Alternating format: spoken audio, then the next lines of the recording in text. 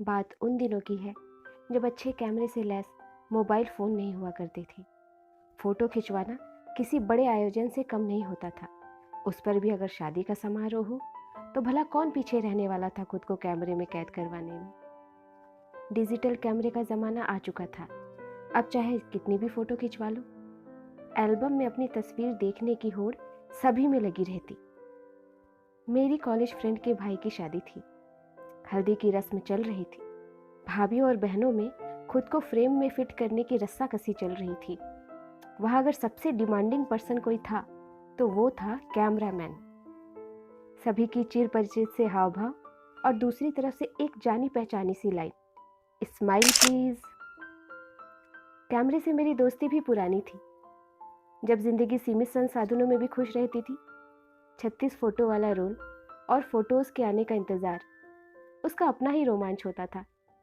मुझे याद है जब मैं छोटी थी, स्टूडियो जाने पर दोनों तरफ लगी लाइट्स और कैमरे को देखकर सोचती, एक बटन दबाने से इतनी चकाचौंध, ये मेरे लिए किसी जादू से कम न था।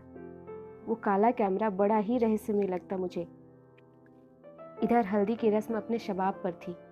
मैंने भी कुछ तस्वीरें अपने कैमरे में क्लिक की।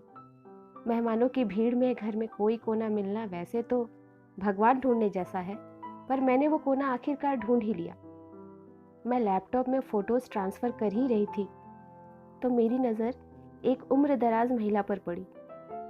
वहाँ बैठे लोगों से पता चला लगभग 85 साल से ऊपर की उम्र वाली वो महिला मेरी दोस्त की दादी थी।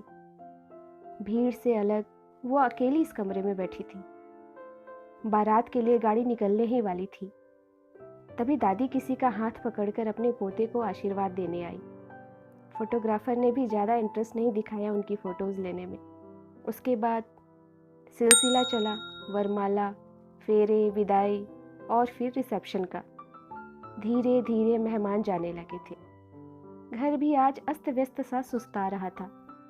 सारे कार्यक्रम के बाद जब घर वाले बचे तो बातें इतनी थी कि कोई सो ही नहीं रहा था। अंकल और उनके भाई कार्यक्रम की समीक्षा में लगे थे। वहीं सारी महिलाएं आज के साड़ी और गहनों की चर्चा में व्यस्त थी।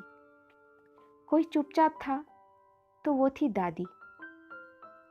उन्हें अकेला देख मैं उनके पास चली गई और अपने कैमरे से ली शादी की तस्वीरें उन्हें दिखाने लगी। अपनी फ़ोटो देखकर वो बहुत खुश हुई। मैंने भी उनसे मजाक करते हुए बोला, दादी आप अभी इतनी खूबसूरत हो तो अपनी जवानी में तो आप मधुबाला से कम नहीं रही होगी, और दादाजी तो आपको देखते ही शादी के लिए हाँ बोल दिए होंगे।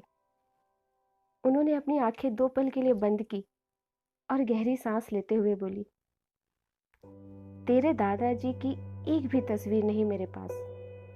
उम्र के इस पड़ाव में आकर अब नजरें धुंधला गई हैं। मेरी स्मृति में भी कोई तस्वीर नहीं बनती उनकी। लगता है मैं उनका चेहरा भी भूल गई हूँ। काश एक तस्वीर होती मेरे पास तो इस भूलने की बीमारी में मैं उन्हें गुम न होने देती। उनकी व्यथा एक तस्वीर से कम हो सकती थी, पर मैं असहाय थी उनकी मदद करने में। जहाँ आज की जनरेशन हर दूसरे लम्हे अपनी फ़ोटो सोशल मीडिया पर अपलोड करते हैं, उनके लिए फ़ोटोज़ कचरे के डिब्बे में पड़े टुकड़ों से कम ना थी। वहीं दादी के लिए वो पुरानी संदूक में पड़ी चमकते कोहिनूर से भी कीमती थी।